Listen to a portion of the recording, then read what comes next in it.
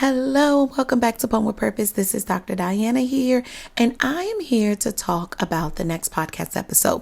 It is going to be about how to deal with negative comments about pumping. So, you know, this is going to be one of my favorite episodes because I know that there are so many people that have issues with pumping. I have dealt with it on both of my pumping journeys. I know you are dealing with it. So if this resonates with you, this title, then this podcast is for you. So I'm Dr. Diana here. I am the CEO and founder of Pump with Purpose. We are a global lactation and postpartum private practice, teaching women all across the world to breast pump through personalized care to help maximize your milk supply with the right pump flange products and schedule, and change the world one pumping family at a time. Okay, so we have seen, as of today, it's about 2,700 clients over the last 2 years, coming up on 3 years, and we want to be a part of your journey. We want to normalize pumping and let the world know that we pump with purpose. And if you are putting a pump to your nips, we want to be a part of your journey. And let's leave the negative comments elsewhere, like for our journey. So I know it can be hard. I dealt with them on my first journey and on my second as well, but I was much more confident on the second. I'm making more than enough milk for baby. By the time, my first journey, it took me about 6 weeks to catch up to baby, but I'm making more than enough milk even after 3 months of trying, from tongue tie, lip tie revision, lactation professional after lactation professional that I saw in the hospital, to the pediatrician's office. They had, lactation professionals on staff, and then personal ones that came to my house trying to get my baby back to breast. And even after all of that, and I'm making more than enough milk, after working very hard to do so, I still heard, "You sure you don't want to nurse? Pumping isn't a sustainable option. Your milk is going to dry up." So literally society had me thinking that literally I was just going to wake up and my milk was just going to be gone. And so that was one big fear that I had. And my second biggest fear was that because I'm making more than enough milk, they're like, "You're going to get mastitis. You're going to have this. You're going to, It's dang if you do and dang if you don't. When you're not making enough, you sure you don't want to try nursing? Nursing is it, And then when you're making more than enough milk, watch out for for that mastitis. Watch out for this and that. It causes milk high milk imbalance. It causes clogged ducts. It causes this thing and that thing and that thing and this thing. You don't need a freezer stash." I heard everything under the sun.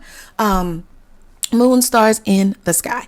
And I am here to normalize for you that this ain't about them. This is about what works best for you. And if you are going to return to work, if you do need to pump, if you were separated from baby like me, when my first son was born, he had meconium aspiration. His lungs collapsed at birth. He had to be resuscitated, immediately taken to the NICU. Within once again, I'm back conscious again and breathing and everything. They weighed him and everything, and then almost immediately, I need to stop saying immediately, but almost immediately, I do have a couple pictures of him on my chest that they took, and then they literally whisked him away. So I literally had maybe 3 to 5 minutes on him. And then I was like, they were like letting him sit there. And I'm like, no, you need to take him. I need to make sure my baby's going to be okay. So he was on my chest for a little bit. So I have a few pictures of that. And then my husband literally went with my child, and I had no idea for hours if he was going to be okay. It was a lot. And so I was just, when I recovered in the C-section room, taken to my room, of course, I was given a pump, given a kit, and no one taught me anything. The pumps were already in the hospital room. They handed me the kit, I think they handed me the kit, or either it was in the room, but I think they brought me the kit, and they brought me a little pink wash basin. Oh, the memories, right? So I started my pumping journey from birth, and it was the best thing that ever happened to me. I didn't know it at the time. On this side of things, right? I had a lot of mourning my nurse relationship, a lot of sadness, and a lot of just negativity. People that I knew, it's just this elitist mentality on not every baby's going to nurse, can nurse. And so it's going to be important to make sure that you are doing what works best for you. And so one of the things that was important to me when I was pumping is to make sure that I knew how to deal with negative comments. I knew more the second time around than the first time around. So that was what was important to me. So one of the most frustrating things is that it can come from all angles. It can be from people we know, with people we don't know, doctors. It can be from mom groups. It can be from anywhere. People have their stigmas and their, negative connotations about pumping, or their pumping journey didn't go well. They're automatically rubbing their negativity off on you. And that's a problem. So if you've heard negativity about pumping, don't second guess yourself. Someone's always going to have something to say, and we do not have to defend ourselves, and you do not feel like you need to defend yourself. You tell people as little or as much as you want. If you think it's from a positive space and place, then go ahead and address it. If it's from a new expecting mom or a new mom, and you're further along, and they're like, what's going on with this pumping thing? Or whatever it is. If you feel like you can explain it, then explain it. There are a few ways to deal with negativity. You can educate them on why providing breast milk is beneficial to babies and like me, to older children. I fed my infant and my toddler on my second journey, tandem pump, and my infant and toddler had breast milk for over 3 years, rotated my freezer stash for over 3 years. So if you want to educate them, definitely take the time to do so. If you feel like you're in a safe space and place and a headspace to be able to do so, then definitely do so. You can also explain to them how you feel when they make those negative comments. Don't let anyone make you feel bad, or at least you sit there and deal with it. You can address it head on. You can get up. You can walk away. Doesn't matter. Just as long as you are doing what works best for you. Don't stay in situations that are not safe. Don't stay in situations that are not supportive. So either you address it head on so the conversation can move on. I'm not talking about this right now. And this made me feel this way. Or I will talk about it when it can be talked. We can have a discussion this way. You don't owe anybody to sit and be in situations and spaces and places that are not safe. And then number 3, let them know that you are doing what is best for you and your baby, and you will continue to do that. You do not owe anyone anything. It's none of their business. That song, it's none of your business. And if homie, it's none of your business. Y'all know that song, right? It's none of your business. My journey is not yours. Sorry if other people, feel a certain way about their journey or it didn't go the way that they wanted. Don't let them make you feel bad. Let them make you second guess yourself. So you can communicate how much or how little you want to communicate. But I will say this, forthcoming and forthright. I don't let anyone shame anyone on my platform for pumping. Like, it's not going down over here. And I don't let anyone shamed if, they make more than enough milk, not making enough milk. It does not matter. We can all exist in a positive space and place. That's what all in any Pump with Purpose platforms that I, have created, that's what it's going to be, a safe space and place. I mean, I can't police every single comment the moment that it happens, but I check all of my platforms.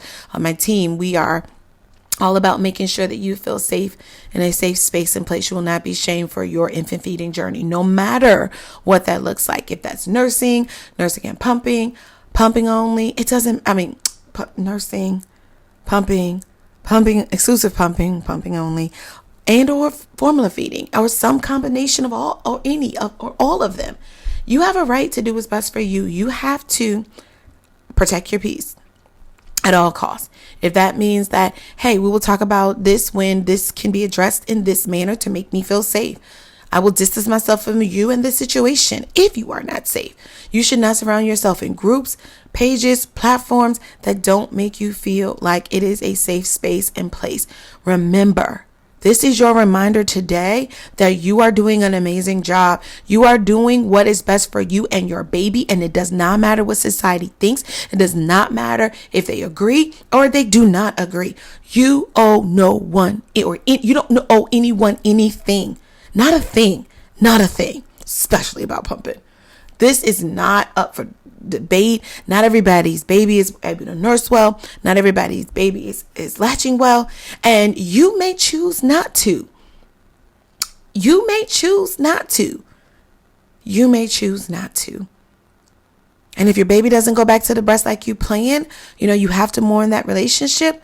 But there is joy, peace on the other side. You have to go through what you go through, get your feelings in, out, talk to someone, talk to a group, safe spaces and places only now. But you have to do what's best for you. But you are doing an amazing job because you are doing what is best for you. Not everyone, and it comes to pumping, gets accurate information. Sometimes our journeys are sabotaged. Sometimes we are, just told the wrong information. Hey, you're 28 and you're 12. Hey, you're 36. Go to that 36. People think big breast equal big areola equal big nipple. Absolutely not the case. It's just not. Everything should be personalized. But everyone is trying to give you these one-size-fits-all approaches. Hey, this is the answer. This is the best pump in the world. This is the best flanges in the world. This is the best product. You're getting inundated to buy this thing and buy that thing and then this thing again. And it's just not good. So I'm here to remind you this day. You deal with negative comments in a way that works best for you based on your personality. You may not operate like Pump with Purpose operates.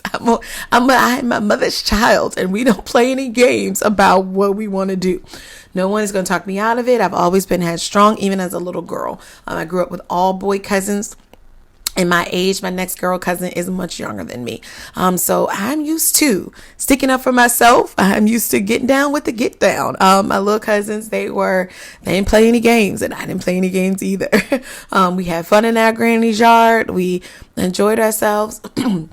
But I can hold my own. I hold my own. So you can't be Pump with Purpose, but you got to find who you are, and you got to find your voice so you can find your peace.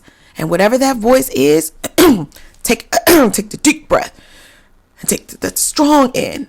I am going to do what is best for me, or whatever you need to say. Practice it in the mirror if you need to. Doesn't matter. Say it to your significant other. Put some bass in it. I love to joke with you all. I got to make it fun. There's a lot of seriousness going on in this infant feeding space, this infant feeding journey.